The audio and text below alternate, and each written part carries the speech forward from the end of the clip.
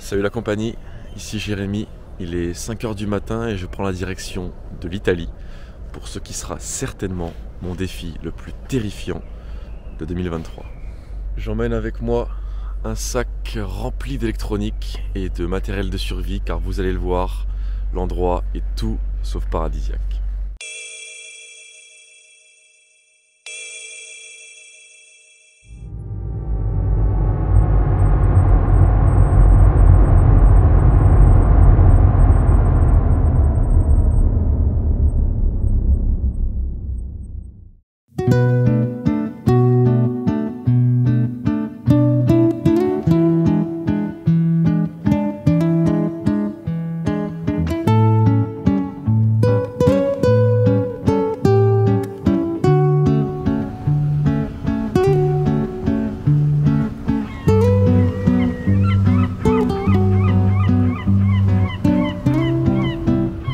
Je suis bien arrivé à Venise, l'île de l'amour, l'île du romantisme. Sauf que moi, je me rends ici pour une toute autre expérience, car si Venise est connue pour ses gondoles et son charme, elle est aussi tristement célèbre pour héberger une île que l'on considère comme hantée aujourd'hui. Et c'est justement sur cette île que j'ai prévu de passer la nuit. L'histoire commence au XVIe siècle. À l'époque, l'Italie est ravagée par la peste comme toute l'Europe. Les hôpitaux sont saturés et de nombreuses villes sont infectées. Alors, pour sauver ceux qui peuvent encore être sauvés, le pays décide d'utiliser une île en particulier, Poveglia. Située dans la lagune de Venise, cette île qui fait la taille d'environ 8 terrains de foot va devenir le passage obligé pour tous les pestiférés. On y construit un clocher, un asile psychiatrique et on donne carte blanche à une poignée de médecins pour faire avancer la science. Nous sommes à l'aube des expériences médicales les plus horribles de l'histoire vénitienne.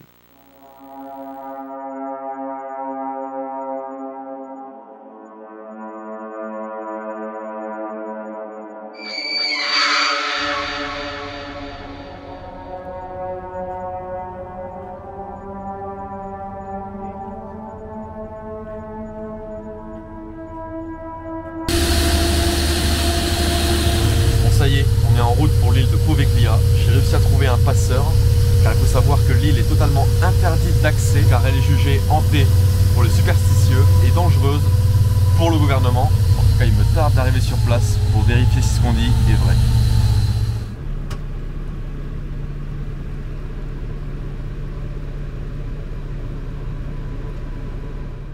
A plus Moussaillon, et j'espère que tu viendras me chercher demain matin. Sinon, je risque de dormir très longtemps ici. Ok, c'est parti.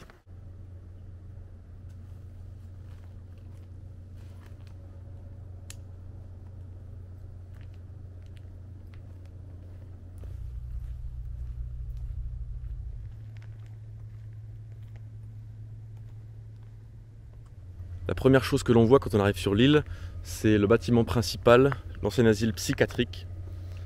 Juste ici, avec juste derrière moi le clocher. Cet hôpital il a été construit au XVIe siècle, à l'heure où la peste frappe terriblement l'Europe, et également pour désengorger les hôpitaux des villes qui sont très vite saturés. C'est pour cela que le gouvernement italien décide de réquisitionner cette île et en faire une île de la quarantaine pour les pestiférés. Et l'endroit est très glauque. On raconte de bien tristes rumeurs sur les médecins qui pratiquaient ici. On dit notamment que lorsqu'ils n'avaient plus d'espoir de guérison pour un patient, pour abréger ses souffrances et éviter les cris, ils ordonnaient de le jeter depuis le haut du clocher, juste là. Bon, en tout cas, il y a beau faire jour, j'ai déjà l'impression de me faire observer. Alors, je ne sais pas s'il y a une présence ici, mais en tout cas, le passé de cette île parle beaucoup même. Donc voici la première pièce.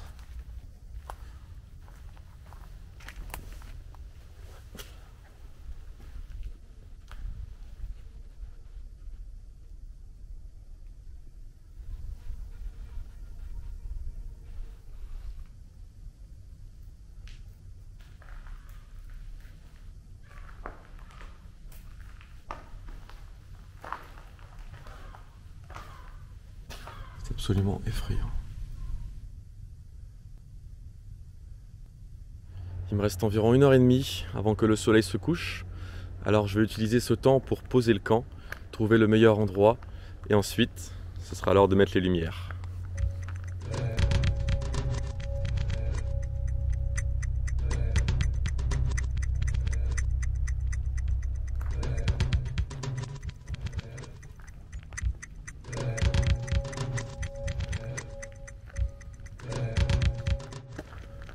Ce qui frappe quand on arrive ici, c'est ce silence. Vous savez, quand vous avez l'impression de mettre les pieds dans un endroit désert où plus personne n'est passé depuis des années. D'ailleurs, les quelques mouettes et corbeaux qui sont là pour m'accueillir s'envolent direct. Je pense qu'ils ne sont pas habitués à voir du monde dans les parages. Alors, je m'y connais pas très bien l'italien, mais je crois que ça veut pas dire bienvenue.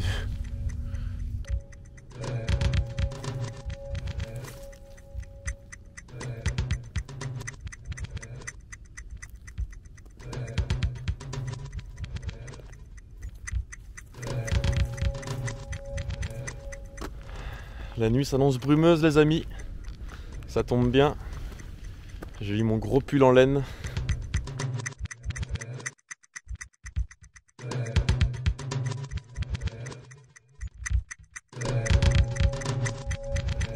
Je viens d'arriver sur une zone qui a servi probablement à l'arrivée des marchandises et des bateaux avec ce grand hangar. Il faut savoir qu'avec les épisodes de peste et les épisodes psychiatriques, il y a environ 200 000 personnes qui sont passées par ici. Et autant vous dire que la plupart d'entre eux n'ont jamais revu les rues de Venise. En tout cas, cet endroit me paraît rêvé pour poser le camp. On a l'abri du vent.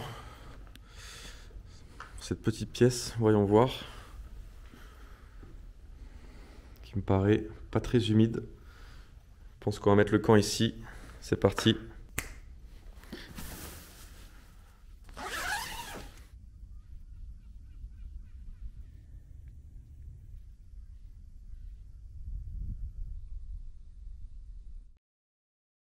Ça y est les amis, la nuit est complètement tombée, alors on peut enfin démarrer l'expérience.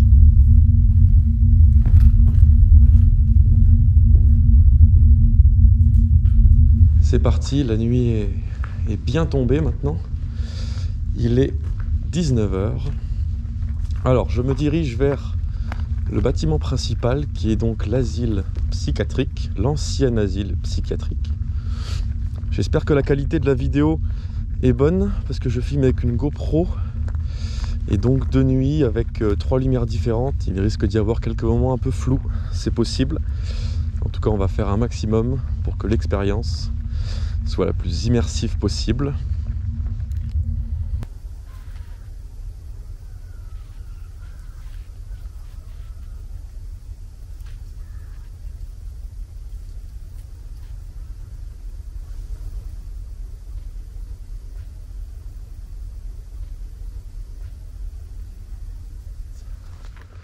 On va découvrir ensemble l'asile psychiatrique, enfin ce qu'il en reste.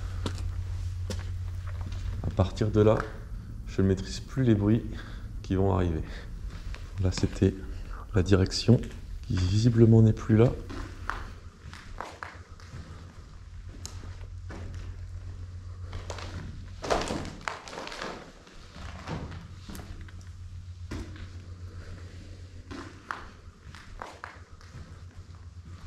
On voit que l'île est encore habitée parfois, avec quelques tags, quelques graffitis.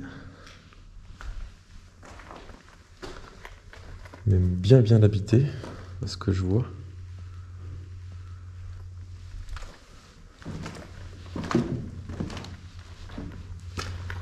Là, je ne vois absolument rien au fond du couloir. C'est un peu glauque, je dois vous l'avouer. Avec, vous voyez en haut ce plafond qui commence vraiment à tomber.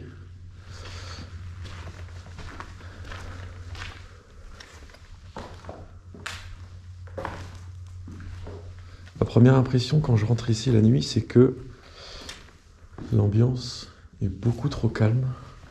Beaucoup trop calme. Certains disent que il y a du bruit, beaucoup de bruit. Moi je trouve qu'au contraire pour l'instant, c'est beaucoup trop calme. Radiateur.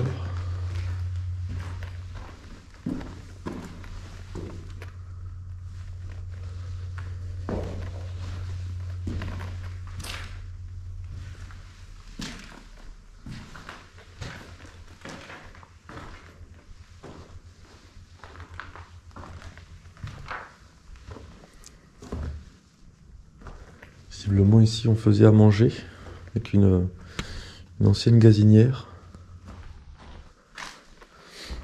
Comme l'impression que les gens sont partis dans la précipitation.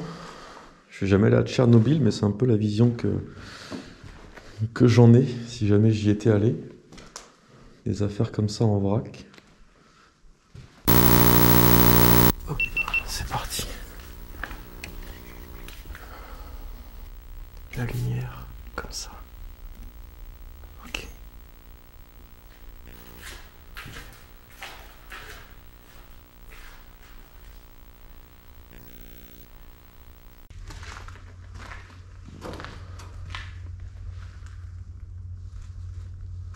Pareil, ça devait être également la cuisine. On a encore de vieilles gazinières, des vieux lavabos.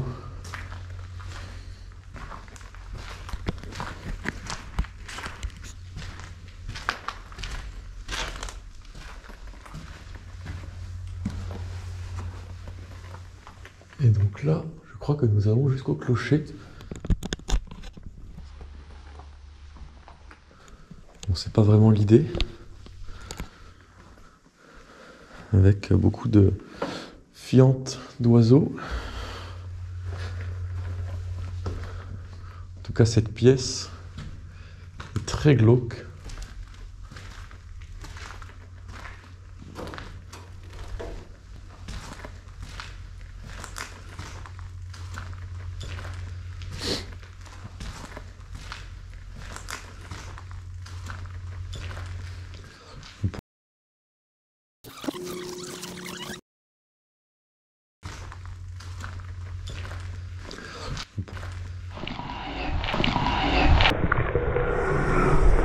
Pour l'instant, je n'ai pas encore entendu de bruits paranormaux ou bizarres, si ce n'est mes pas ou les bruits de quelques oiseaux. Je crois que là, on va sortir du premier bâtiment.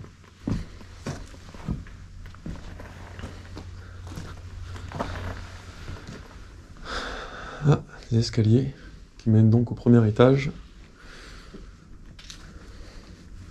Bon, je vais pour l'instant me concentrer sur le rez-de-chaussée. Je pense qu'il y a bien beaucoup de choses à faire.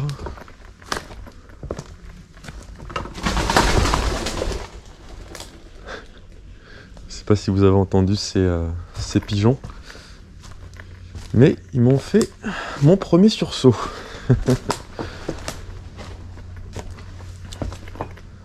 On arrive dans un nouveau couloir.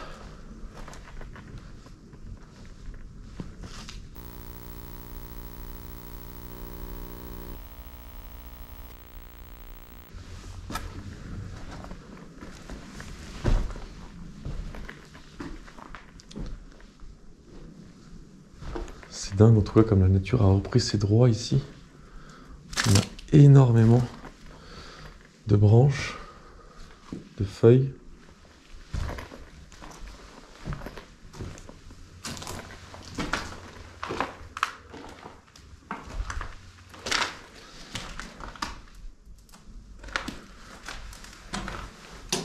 Je me méfie tout le temps quand je prends des escaliers. Surtout ici. Alors, ici, nous arrivons sur un cul-de-sac. Ok, on redescend.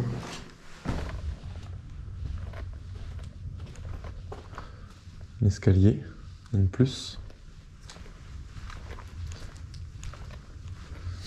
Ces grands couloirs-là, je vous avoue que ne pas savoir ce qu'il y a au bout, c'est assez flippant. Et donc là, au milieu, on a une grande cour avec beaucoup d'arbres. Là, je pense que c'était des chambres.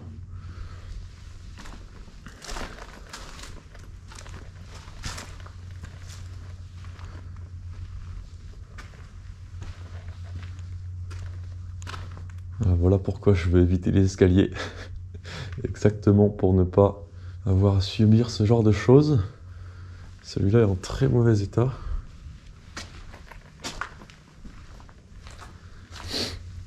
Vous voyez comme les arbres ont totalement repris le dessus sur les murs. Je ne vois rien à plus de 10 mètres. C'est très très sombre, difficile de voir ce qui se cache au loin.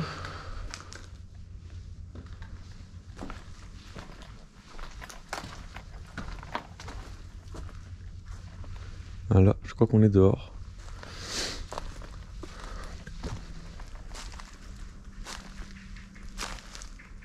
Pour vous donner quelques anecdotes sur l'île de Poveglia, avant d'être infectée par la peste, c'était une île comme les autres, avant l'arrivée d'une guerre également, la guerre de Chioggia en 1378, qui opposait la République de Gênes à la République de Venise, et donc qui a contraint les habitants à fuir cette île, et donc à l'abandonner pendant plusieurs années. Et c'est seulement donc 2 siècles plus tard que la peste est arrivée et que cette île a servi de quarantaine. Ça, c'est de l'aventure.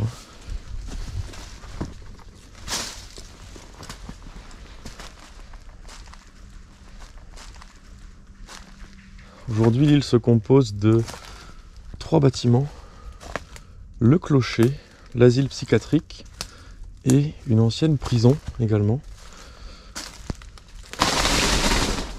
Décidément, ces pigeons font un bruit incroyable. Encore un bel exemple de la nature qui reprend ses droits dans ce bâtiment. J'ai l'impression que je suis bloqué.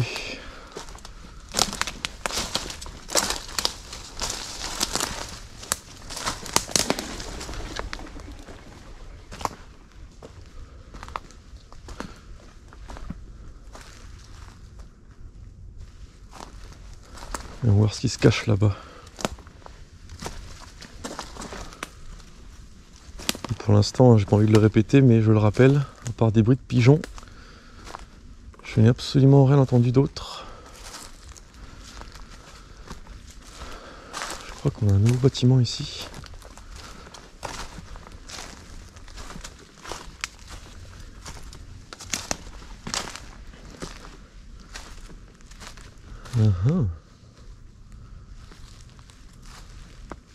Avec une entrée qui se cache là-bas.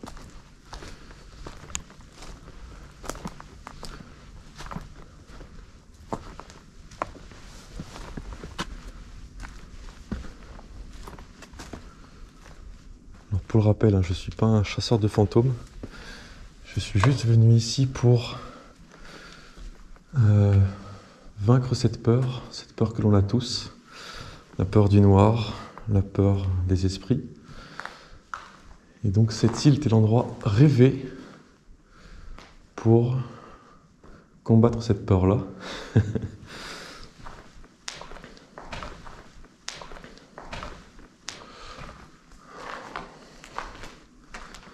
Et je vous avoue que je crois aux esprits qui rôdent. C'est pour ça que j'essaye de faire un minimum de bruit. Surtout quand je rentre dans ce type de pièce. Totalement écroulé.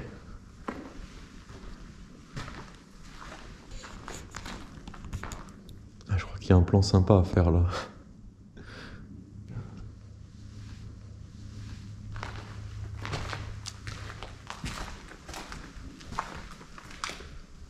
On a des pièces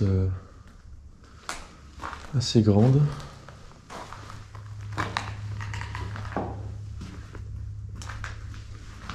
Une voie sans issue.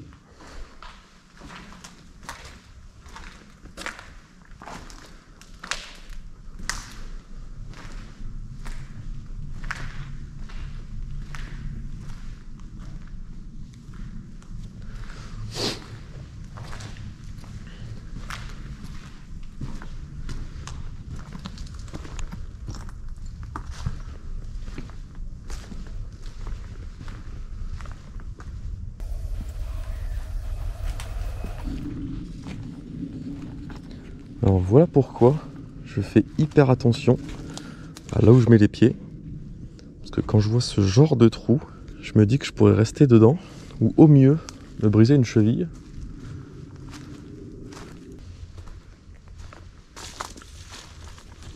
D'ailleurs, quand on n'est pas dans les bâtiments, on est dans une jungle. Cette île est absolument recouverte de tous les types d'arbres du monde.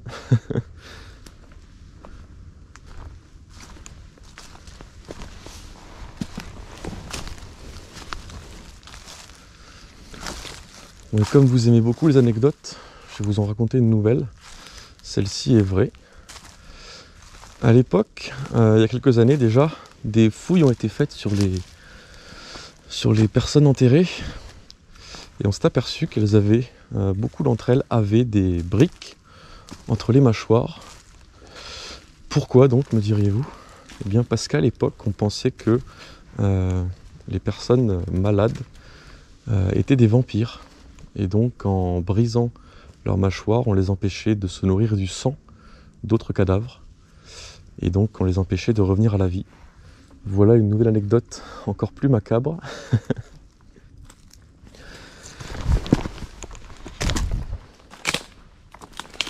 J'ai l'impression d'être perdu, là, ça fait un petit bout de temps que j'ai pas trouvé d'immeuble. Ah, ok, en voici un.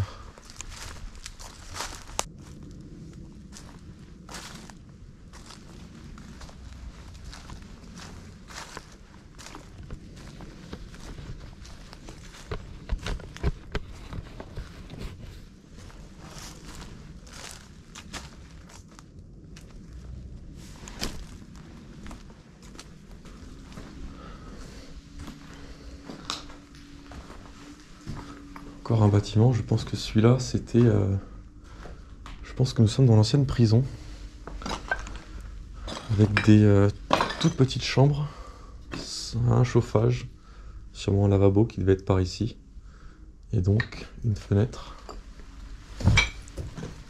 Avec des chambres qui se ressemblent tous.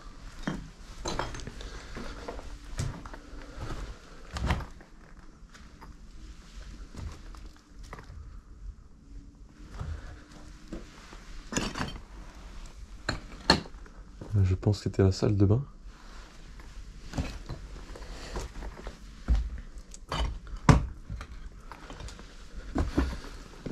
Je fais super attention à là où je marche. Parce que pour ne rien vous cacher, on a tout le plafond qui est maintenant par terre. Comme vous pouvez le voir, là on a absolument plus aucun plafond.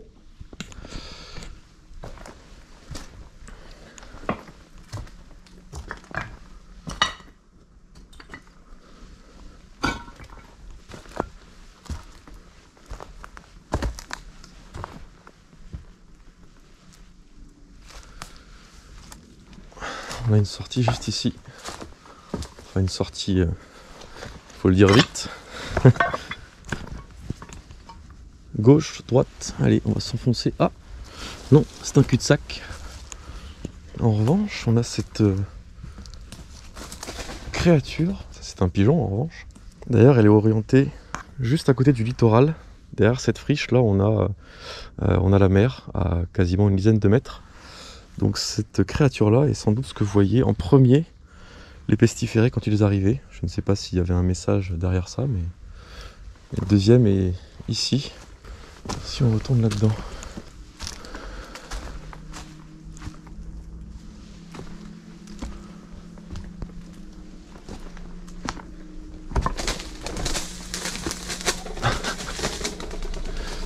Donc les pigeons sont pires que les esprits ici.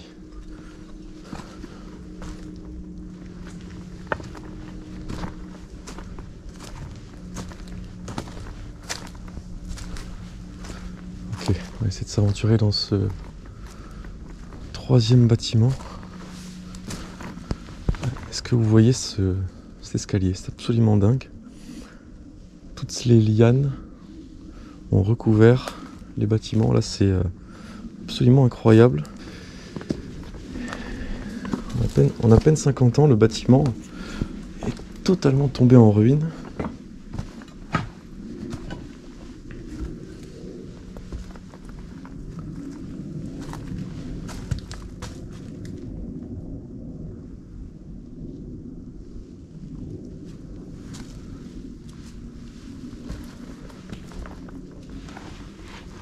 Allez, c'est parti, on retourne dehors. Ah non, je vais finalement repartir. Ah oui, ok, asile psychiatrique, c'est parti, allons-y.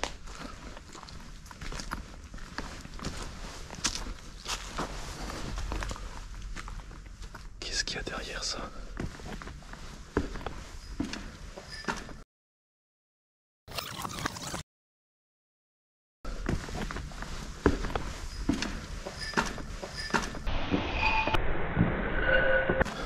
Vous entendez ? Vous avez entendu les bruits ? C'est quoi ce bruit ?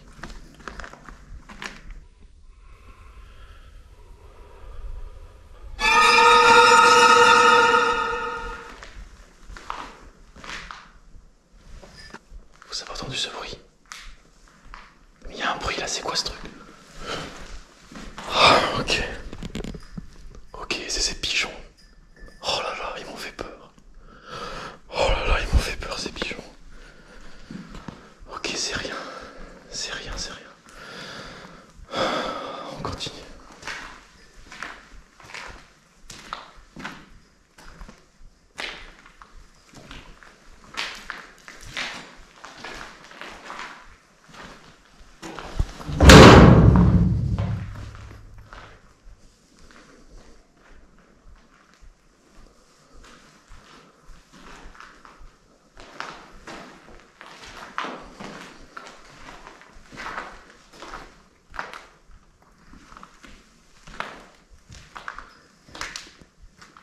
Ok, il n'y a rien ici. Tranquille, il n'y a rien.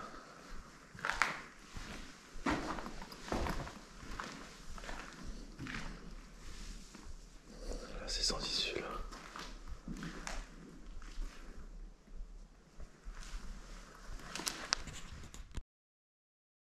Allez, belle île de Poveglia. C'est sur ce dernier regard que nos chemins se quittent. Je vais reprendre demain matin le chemin vers Venise. Enfin, si vous le voulez bien. Allez, c'est parti. On rentre à la tente. Ok, elle est encore là, c'est bon.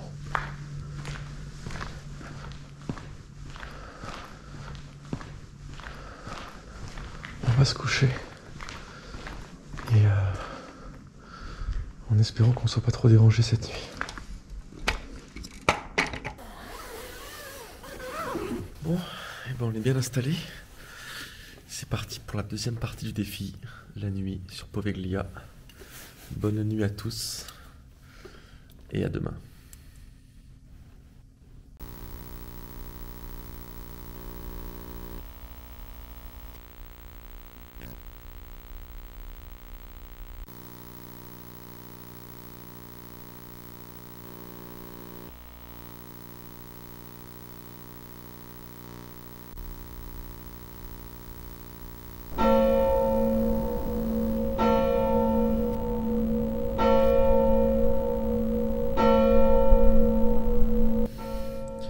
C'est quoi ça?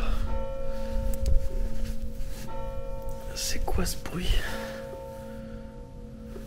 Attends, mais c'est le clocher ça? Merde, c'est quoi ce bruit? C'est quoi ce bruit?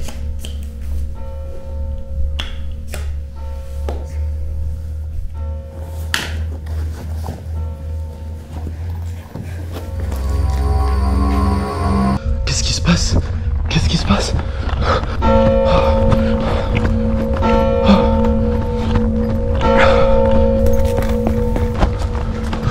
Pourquoi il s'est arrêté? Pourquoi il s'est arrêté ce clocher?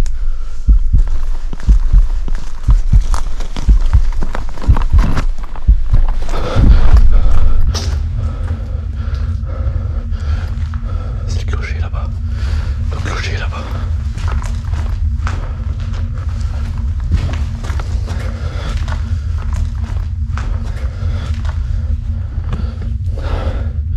Alors pourquoi il s'est éteint? Pourquoi il s'est éteint ce truc? Mince, ma lumière. Ma lumière. Qu'est-ce qui se passe? Qu'est-ce qui se passe avec ma lumière? Allume-toi.